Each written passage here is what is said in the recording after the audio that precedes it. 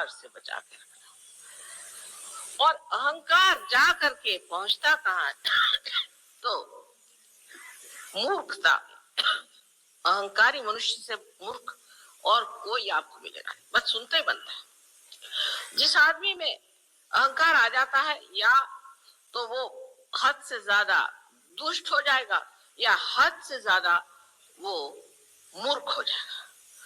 अब मैं तो रोज ही विलायत में देखा करती हूँ मूर्ख लोग, और समझ में नहीं आता है कि ये एडवांस लोग हैं या ये परवर्टेड लोग हैं कि एकदम ही पागल खाने जाने लायक। वहां तो पागल खाने भरे हुए हैं, लोग ऐसी रास्ते में घुमा करते पागल लोग।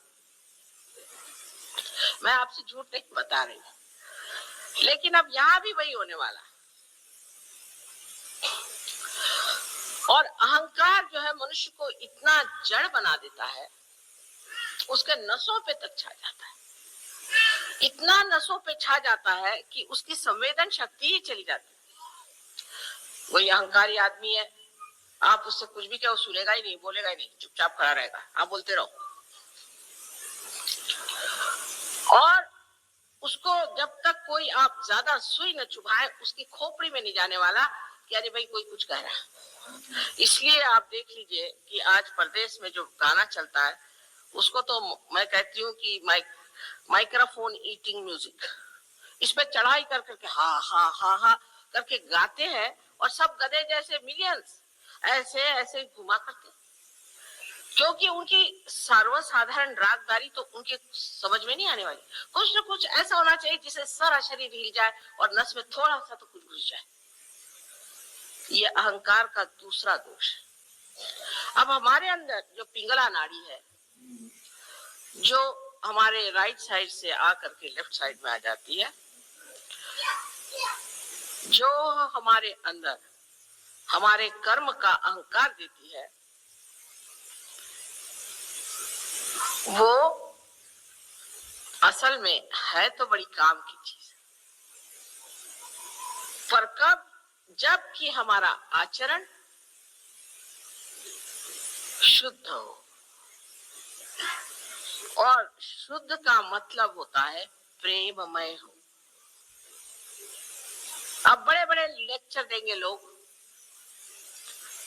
लेकिन क्या आप प्रेम में लेक्चर दे रहे हैं लोगों को? क्या तो आप लोगों से प्रेम करते हैं या आप कुछ मतलब से बोल रहे हैं? इस पे एक परख लेना चाहिए कि वास्तव में क्या मैं इनके हित की बात कह रहा हूं, इससे क्या इनका हित होगा, बेनेवलेंस होगा, तब आप समझ लेंगे। पर यह सच्चाई आने के लिए भी सच्चाई का धर्म अंदर बनना पड़ता है। तो देखिए कितनी गड़बड़ चीज है कि धर्म बनाने के लिए आपको आचरण करना चाहिए, और आचरण तब बनता है जब वो सच्चाई अंदर हो। तो ये तो यही हुआ कि मुर्गी पहले कि अंडा पहले। कौन सी चीज से शुरू की जाए जिससे कि पहले सच्चाई अंदर आ जाए और उसके बाद उस सच्चाई के बूते पर हम वो काम करें जो शुद्ध हो, पवित्र हो, प्रेममय हो। इसका इलाज एक ही है कि कुंडलिनी का जागरण करते ही आपके अंदर जो धर्म सुप्ता अवस्था में है वही जागृत हो जाता है।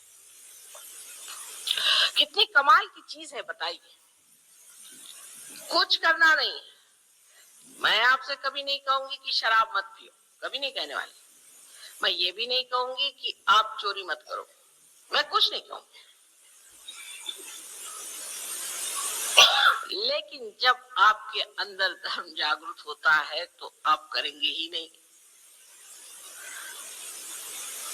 बड़े बड़े साधु संतों को थोड़ी बताना पड़ता था कि बाबा शराब मत पियो, अपने बीवी को मत मारो, ऐसे गलत काम मत करो। वो करते ही नहीं थे। उनके लिए कोई गवर्नमेंट नहीं चाहिए, पुलिस नहीं चाहिए, कुछ नहीं चाहिए, वो गलत काम कर ही नहीं सकते। जो सही काम है वही करते। ये कैसे होता है? क्योंकि अंदर पेट में जो धर्म है वो जागृत हो गए। जागरूक होते ही एक तरह का शरीर के अंदर नया प्रकाश आ गया। एक साहब थे, बड़े भारी डॉक्टर थे, जैसे लोग हैं आजकल, वो रियाद में है, बहुत बड़े डॉक्टर हैं। तो वो जब हमारे पास आए तो उसके बाद पता नहीं क्या उनसे शराब एकदम छूट गई। और वो जर्मनी जब गए तो जर्मनी जाते वक्त उनके मन में विचार आया कि शराब तो पता नहीं क्यों मुझे अच्छी नहीं लगती, पर जर्मनी में एक वाइन है बड़ी अच्छी, वो तो चख के देखेंगे जरूर। हिम्मत करी उन्होंने और कहने लगे कि जब मैंने वो वाइन चखी माँ, तो जैसे कोई सड़ा हुआ बुच होता है ऐसा उसका मुझे सुगंध आया, ना गंदा उसमें से बात आई, जैसे कि कोई शुगर फैक्ट्री के पास से मैं गुजर रहा हूँ। तो भी जबरदस्ती मैं पी गया। मैंने कहा दिखता तो क्या है, ये क्या हो गया मेरे जीभ को, जो मैं आसानी से बोतलें चढ़ा जाता था, मेरी जीभ को क्या हो गया। और कहने लगे उसके बाद जो मेरी उल्टियां शुरू हुई, तो अंत में मुझे लगा मेरी अतड़ियां ही बाहर निकलने वाली है। तब मैंने क्षमा मांगी और ये चीज रुक गई। तो मैंने कहा और भी पी के देख लो ना। कहने अब कान पकड़। इसके बाद माँ ये मैं नहीं कर सकता, ये मेरा पेट ही धार्मिक हो गया, मैं क्या करूं, यही मेरे खिलाफत में खड़ा है,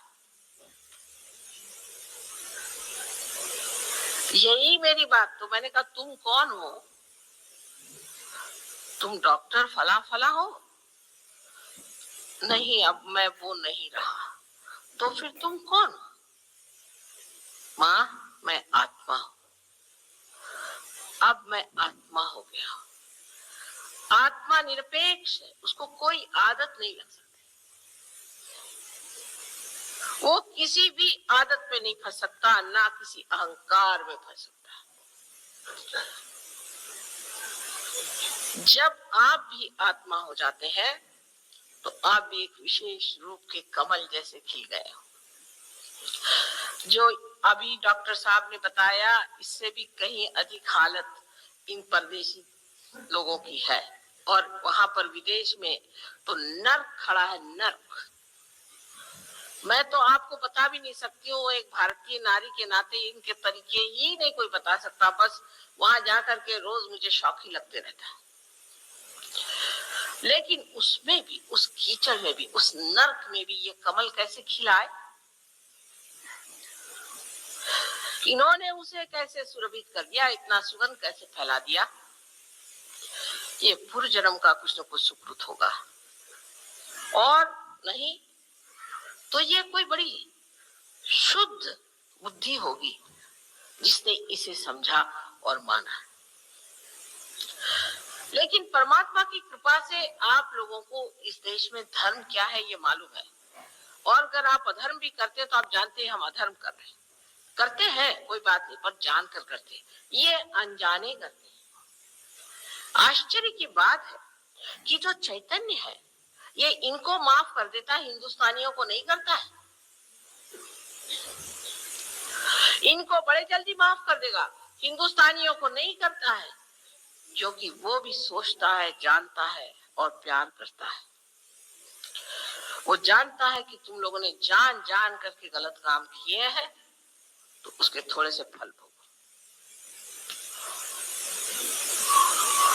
इसीलिए मैं देखती हूँ कि सहयोग में अनेक हिंदुस्तानी आते हैं, पार हो जाते हैं और फिर गए हवा पर, पता ही नहीं चलता उनका। हॉल्स भर जाएंगे, लोग भीड़ कर जाएंगे, सब हो जाएगा, पर वो पता नहीं कहाँ गायब हो जाते हैं। उसका एकमेव कारण एक यही है कि हम लोग अभी तक अधोगति के ओर ही चलना चाहते हैं। लेकिन इनके यहाँ जो नर्क गति होने से ये एकदम बाहर छोड़ छाड़ के निकले, सो अब उसमें नहीं जाना चाहते। इन्होंने देख लिया वो क्या चीज थी। हमें अभी देखने का हो तो देख लीजिए, पर तब तक शायद हम न रहे और नहीं आपका परिवर्तन।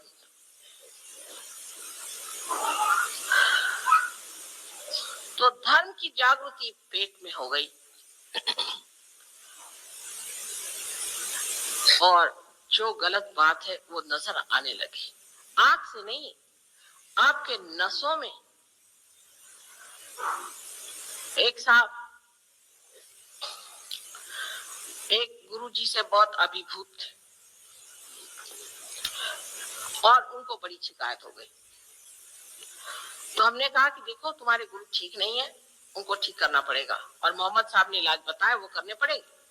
तो वो मानने को तैयार नहीं थे। तो अब फिर क्या किया जाए? मैंने कहा अच्छा, जो भी शिकायत है उसके साथ रहिए, जिस गुरु के साथ आप रहना चाहते हैं रहिए, हम आपसे कुछ नहीं कहना चाहते। उस वक्त एक तो अहंकार भी है और एक कुसंस्कार भी है, दो चीज उसे जकड़े हुए थे। और उन्होंने कहा कि नहीं, हम इसे मानते हैं। ठीक है। 8-10 दिन बाद उनकी हालत बहुत खराब हुई।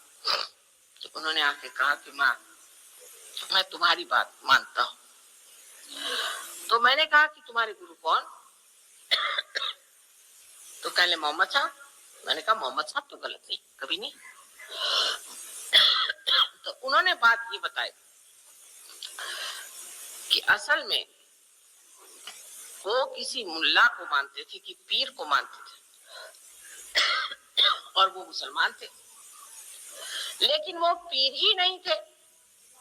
पीर का मतलब ही आत्म साक्षात्कारी इंसान होता।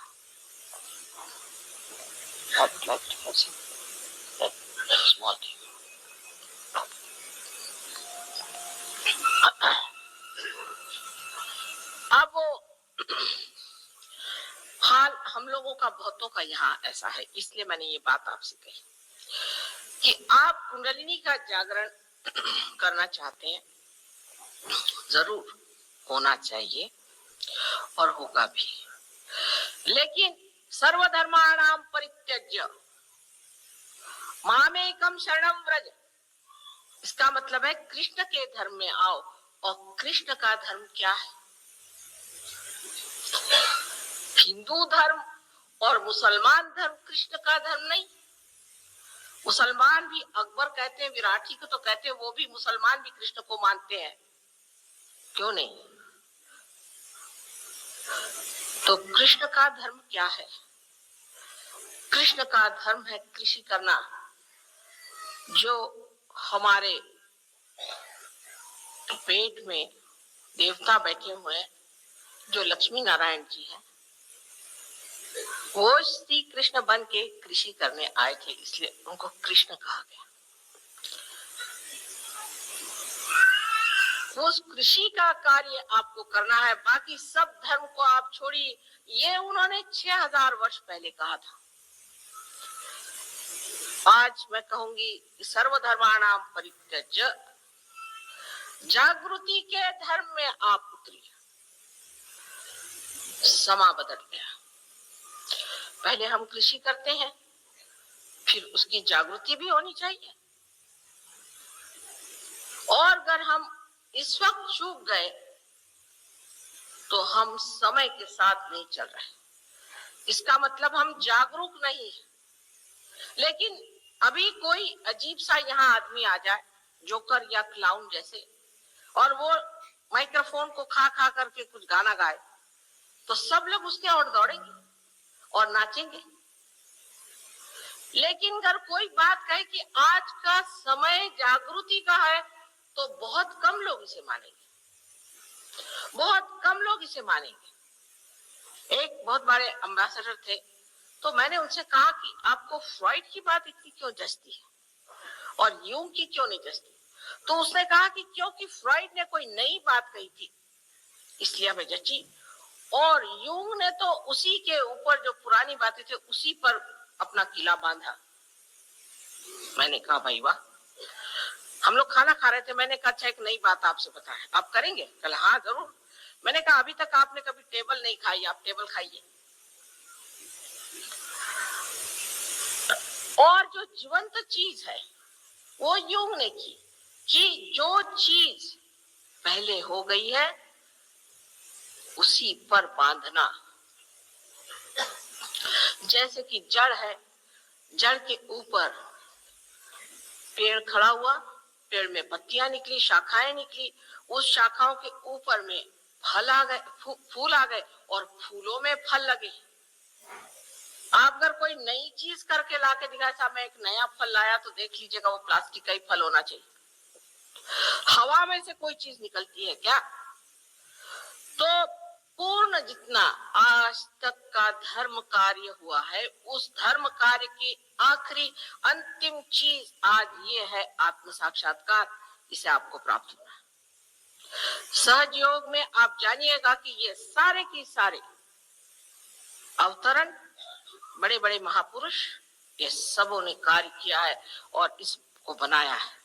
अब सिर्फ ऊपरी मंजिल की चीज जो है वो पाने की है। सारा रास्ता उन्होंने बना दिया आपके,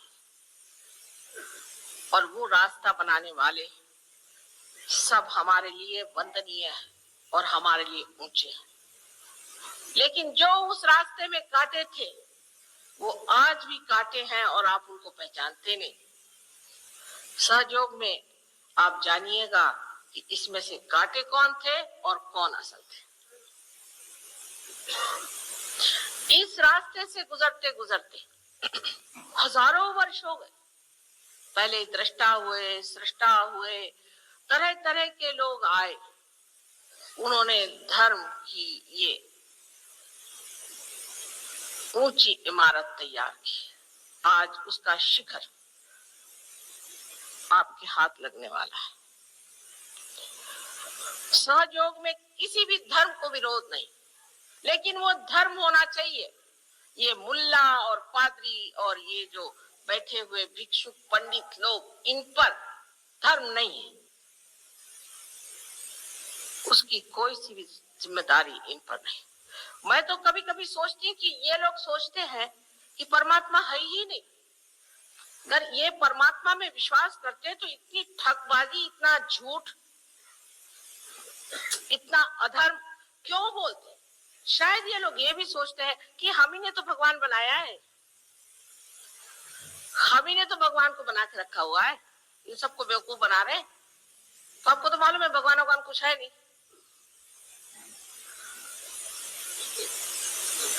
सब चीज में ये जानना चाहिए कि असलियत को देखने के लिए पहले अपने अंदर इस सच्चाई का जागरण कुंडलिनी ही कर सकती। इसलिए कुंडलिनी का जागरण हमारे धर्म चक्र पे होना चाहिए।